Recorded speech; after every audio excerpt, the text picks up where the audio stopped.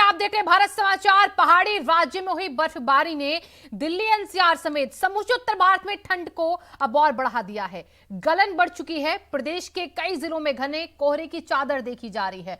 गाड़ियों की रफ्तार पर भी ब्रेक लग चुका है। आम आदमी का ठंड से अब बुरा हाल है। तो ये तस्वीरें जहां पर कोहरे की धुंध चादर है।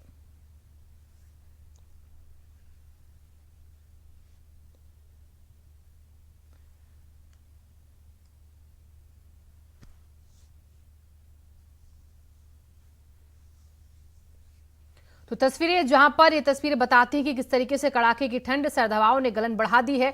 कोहरे की चादर के बीच गाड़ियों की रफ्तार पर भी अब ब्रेक लग गया है और अभी ये ठंड कुछ और दिनों तक ऐसे ही जारी रहने वाली है। तो 19 जनवरी तक ये मौसम विभाग की तरफ से कहा गया है कि ठंड इसी तरीके से जारी रहेगी और 19 तारीख के आसपास कई जगह बारिश होने की भी संभावना जताई है। तो बढ़ती ठंड अब लोगों को परेशान करिए। हमारे साथ हमारे दो सहयोगी जुड़ चुके हैं। प्रयागराज से हमारे संवाददाता धीरेन्द्र जुड़े हैं, वाराणसी से हमारे संवाददाता रोहित जुड़ चुके हैं। तो सबसे पहले हम रुक करेंगे धीरेन्द्र का। प्रयागराज में धीरेन्द्र, एक तो नदी, वहां पर संगम में लोग आते हैं, आस्था की डुबकी लगाते हैं, उसकी वजह से ठंड और इस वक्त जो सर्दी का स्तंभ वहां पर देखा जा रहा है, आम जनता उससे कितना और किस तरीके से परेशान दिख रही है आपको?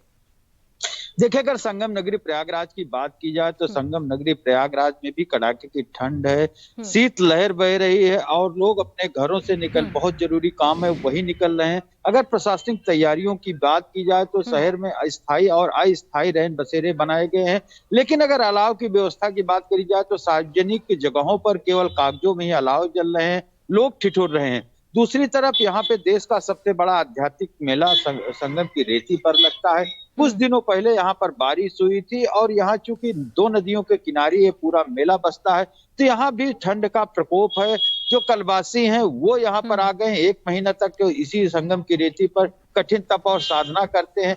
हवा चल रही है, शीतलहर चल रही है, लेकिन यहाँ की जो माघ मेले की प्रशासनिक व्यवस्था है वो बिल्कुल नाकामी दिख रही है कि ठंड से बचाव के लिए सार्वजनिक जगहों पे अलाव की व्यवस्था करनी चाहिए थी, लेकिन वो कहीं दिखाई नहीं दे रही है। शिवांगी, यानी कि जो लोग यहाँ पर सड़क किनारे हैं या फिर जो लोग कल्पवास के लिए वहां पर पहुंच रहे धीरेन्द्र, उनके लिए व्यवस्थाएं वहां पर पूरी नहीं है।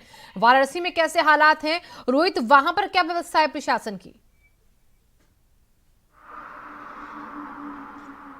देखिए, प्रशासन की जो एक व्यवस्थाएं होती हैं मकर संक्रांति के आसपास अलाव चलाने की, कंबल बांटने की, तो कंबल और अलाव का अपना जो रूटीन खेल है वो प्रशासन खेलता है और उसके लिए एक अच्छा खेल ये होता है।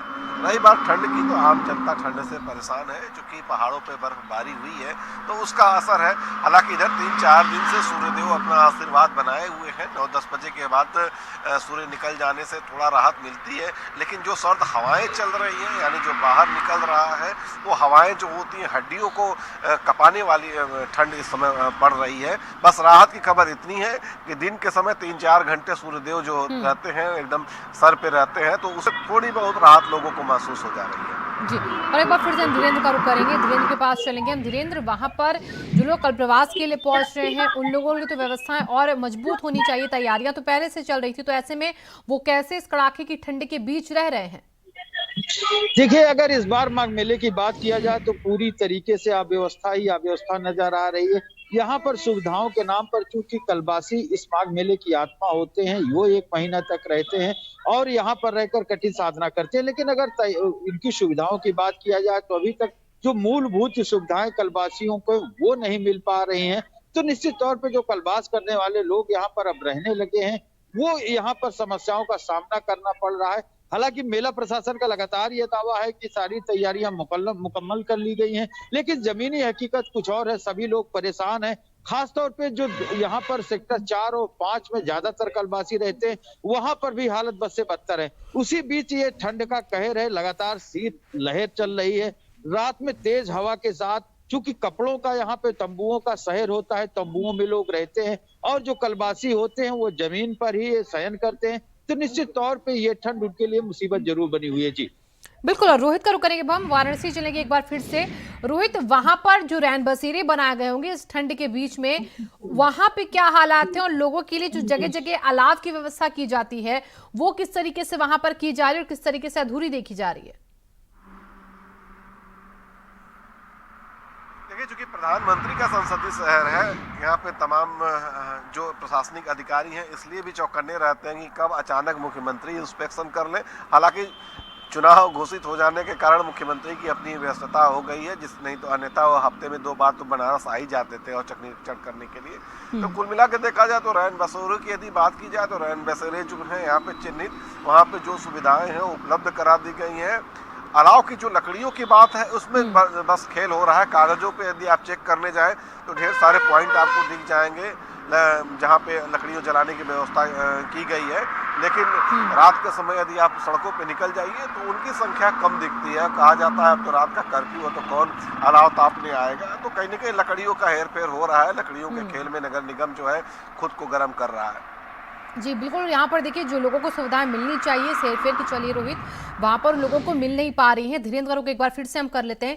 धीरेन्द्र, वहां पर जो कोहरे की चादर अगर हम देखें तो वो सुबह आपको किस तरीके से दिखाई दे रही है, किस तरीके से वहां पर लोगों को दिक्कत होती है इस कोहरे के चलते? देखिए, चूंकि यहाँ पर गंगा और यमुना 2 नदियां हैं, खास तौर पे नदियों के किनारे ही आज 2 दिनों से कोहरे का असर देखने को हल्का मिलता है। लेकिन आप भास्कर भगवान निकले हुए हैं, लेकिन देर रात से ही तेज हवा चल रही है, शीतलहर चल रही है, उससे लोग ठिठुर रहे हैं, कांप रहे हैं। हाड़ कपाने वाली ठंड यहाँ पर पड़ रही है।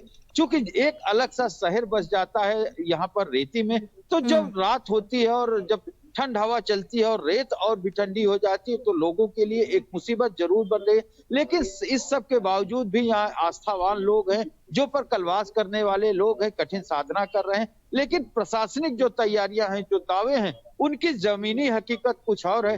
पहले तो यहाँ पर लोग सुविधाओं के लिए परेशान थे, अब इसी बीच जब शीतलहर चल रही है उससे लोग परेशान नजर आ रहे हैं। जी तो आप दोनों का बहुत बहुत शुक्रिया फिलहाल इन तमाम जानकारियों के लिए। सर्दी का सितम का कहर वाराणसी और प्रयागराज दोनों ही जगह देखा जा रहा है। उत्तर भारत में कड़ाके की ठंड है तो हाड़ कपाने वाली सर्दी ने लोगों की मुश्किलें बढ़ा दी है। जहां एक और शीतलहर से अब गलन बढ़ी है तो वहीं दूसरी ओर कोहरे ने जीना दूभर कर दिया है। बड़ी ठंडक के चलते लोग घरों में ही दुबकने को मजबूर हैं। रिपोर्ट देखिए।